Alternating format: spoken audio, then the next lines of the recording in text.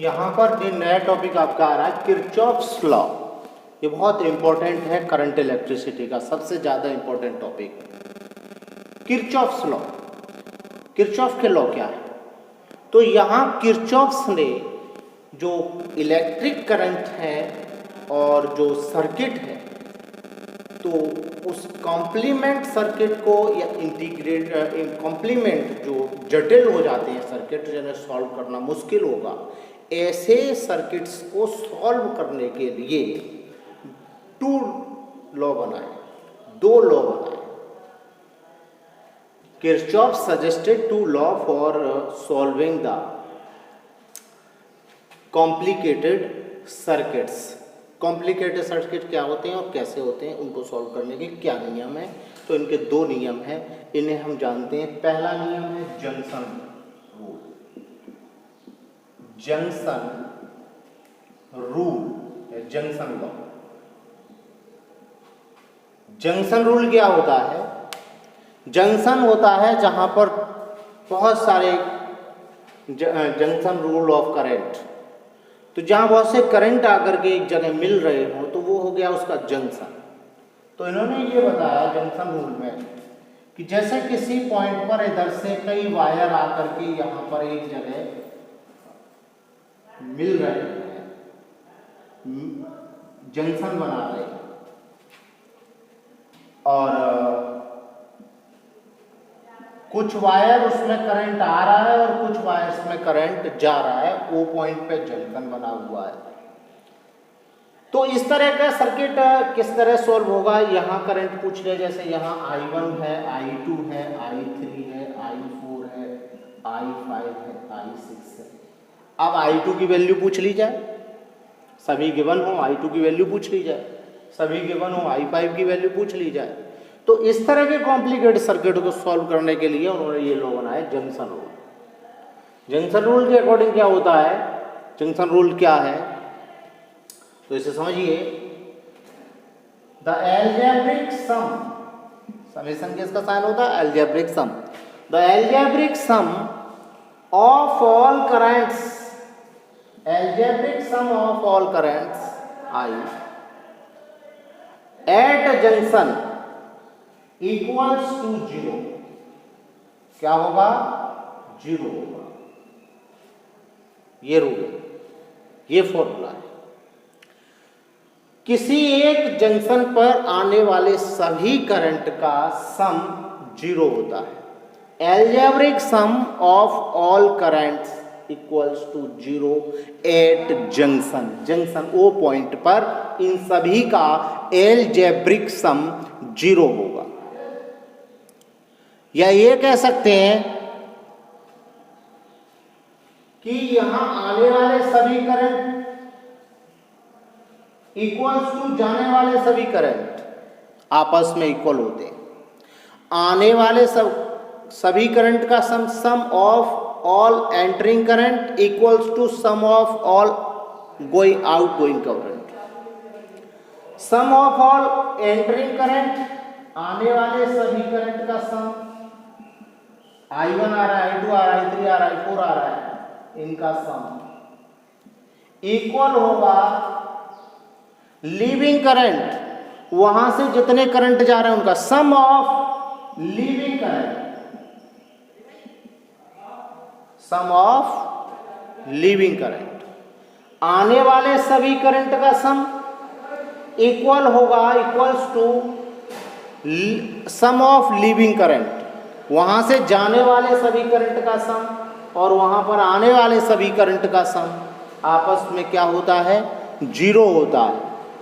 इसको हम ऐसे कह सकते हैं, all algebraic current at junction equals to zero, या ये कह सकते हैं the sum of all coming current equals to leaving current, sum of leaving current.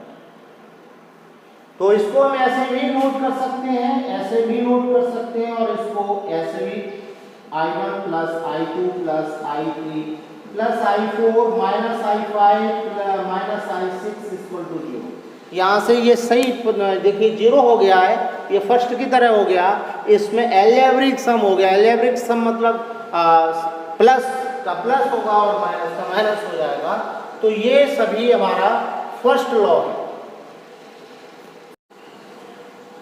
देखिए इसमें Kirchhoff second loop rule, second law है वो है लूप रूल के नाम से जानते हैं। इसका दूसरा शॉर्ट नेम है केवीएल, किरचॉफ वोल्टेज लॉ।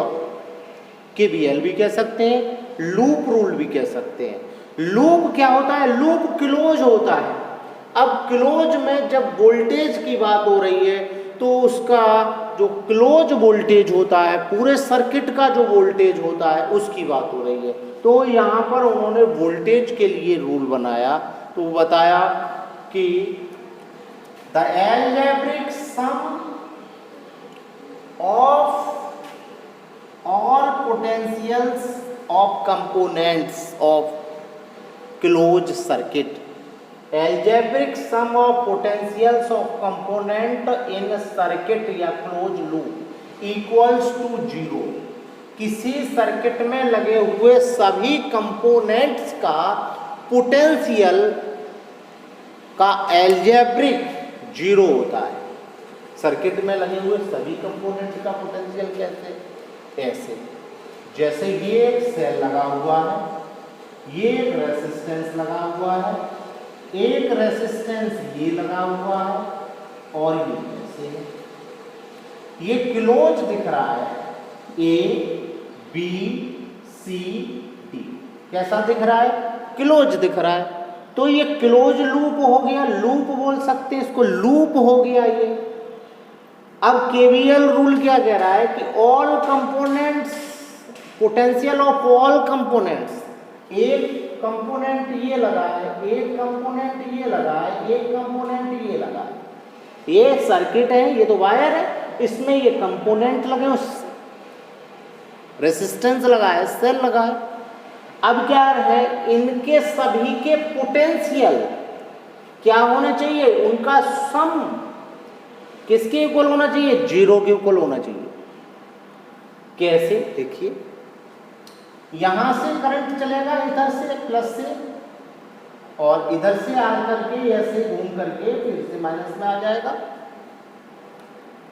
जब करंट होगा तभी इसमें पोटेंशियल होगा, क्योंकि पोटेंशियल का फॉर्मूला क्या होता है? V = IR। जब करंट ही नहीं होगा तो पोटेंशियल काहेगा होगा। अब जब यहां से इस तरह करंट फ्लो हो रहा है तो ये एक लूप बन गया, ऐसा लूप बन गया, ये लूप बन गया, ऐसा ये लूप बन गया, ये लूप बना लिया। किसके अकॉर्डिंग बना लिया? ये करंट फ्लो हो रहा है उसके अकॉर्डिंग। करंट उधर से फ्लो होता है, हम ऐसे बना लेते, करंट इधर से फ्लो हो रहा है, हमने ऐसे बना लिया। अब ये लूप बना लिया। अब लूप के अकॉर्डिंग चलते हैं तो इसका पोटेंशियल क्या हुआ? इसका पोटेंशियल खुद का पोटेंशियल E, और इसका पोटेंशियल इसका क्या होगा? I करंट है तो IR होगा इसका पोटेंशियल, इसका पोटेंशियल और इसका पोटेंशियल, इसका भी पोटेंशियल क्या होगा? IR। V = पोटेंशियल का फॉर्मूला इसके लिए यही होगा। ये सब क्या हो जाएंगे? 0 हो जाएंगे। तो ये कंपोनेंट हैं, इन सभी के पोटेंशियल इक्वल्स टू क्या हो गए? 0 हो गए। हमने ये माइनस क्यों ले लिया? सम करना था। ये कह रहा है क्वेश्चन के algebraic sum of all component, potential of all components, सबका सम होना चाहिए। आपने माइनस ले लिए, ये कैसे हो गए सर? इसके लिए क्या है, एक रूल स्ट्रेटेजी ले लेते हैं। वैसे तो ये है कि जहां सेल से करंट जा रहा है वो पॉजिटिव है, क्योंकि ये पॉजिटिव की तरफ करंट छोड़ रहा है। अगर यहाँ कोई बड़ा सेल होता, इधर से करंट इसमें जाता तो ये नेगेटिव हो जाता। तो यहाँ ये पॉजिटिव की तरफ करंट फ्लो हो रहा है, जिस सेल से वो पॉजिटिव ही होगा।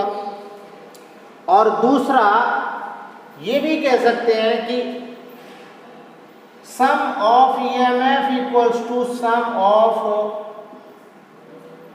All resistance potential. Sum of all EMF equals to sum of all potential of resistance all components जितने और रेसिस्टेंस कंपोनेंट है उनका सम और इसका सम आपस में कैसा होगा, इक्वल होगा।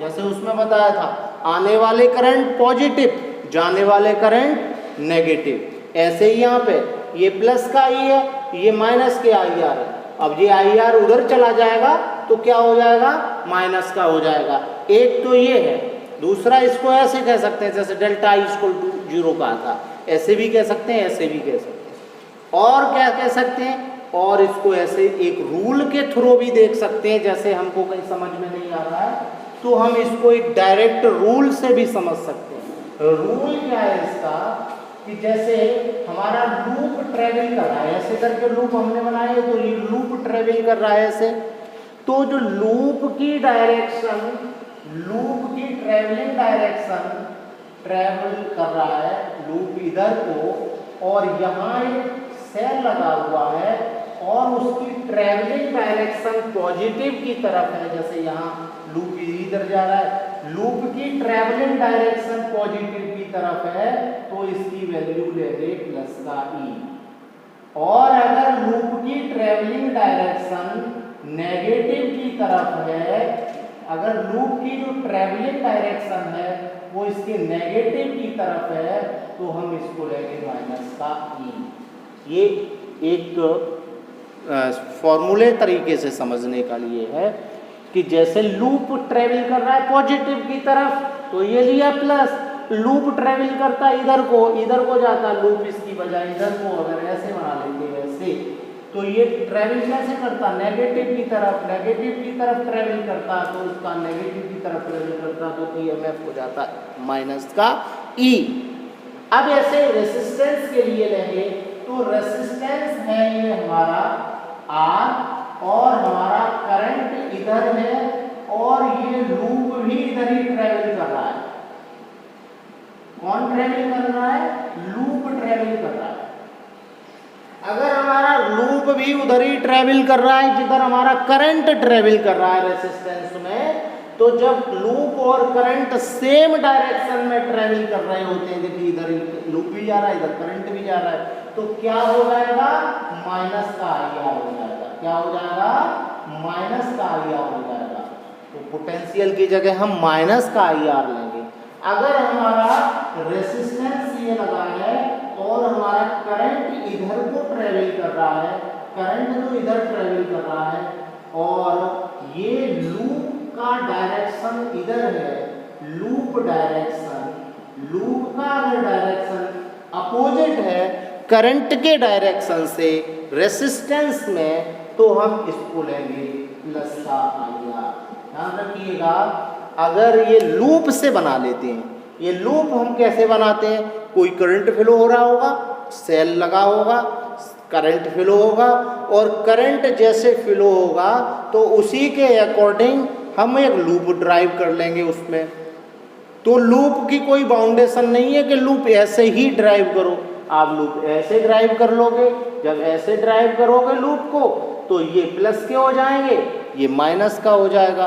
तो ये कोई बाउंडेशन नहीं है कि लूप आप अपनी स्वेच्छा से बना सकते हैं और फिर लूप के अकॉर्डिंग आप इनके प्लस और माइनस एडजस्ट करते हैं। और जब इस तरह से एडजस्ट करते हुए आप एक इक्वेशन फॉर्म कर लेते हैं और फिर ऐसा ही दूसरा लूप भी यहाँ कहीं साइड से जुड़ा होगा, उसके लिए भी आप सेम कंडीशन से एक दूसरी इक्वेशन डिराइव कर लेंगे।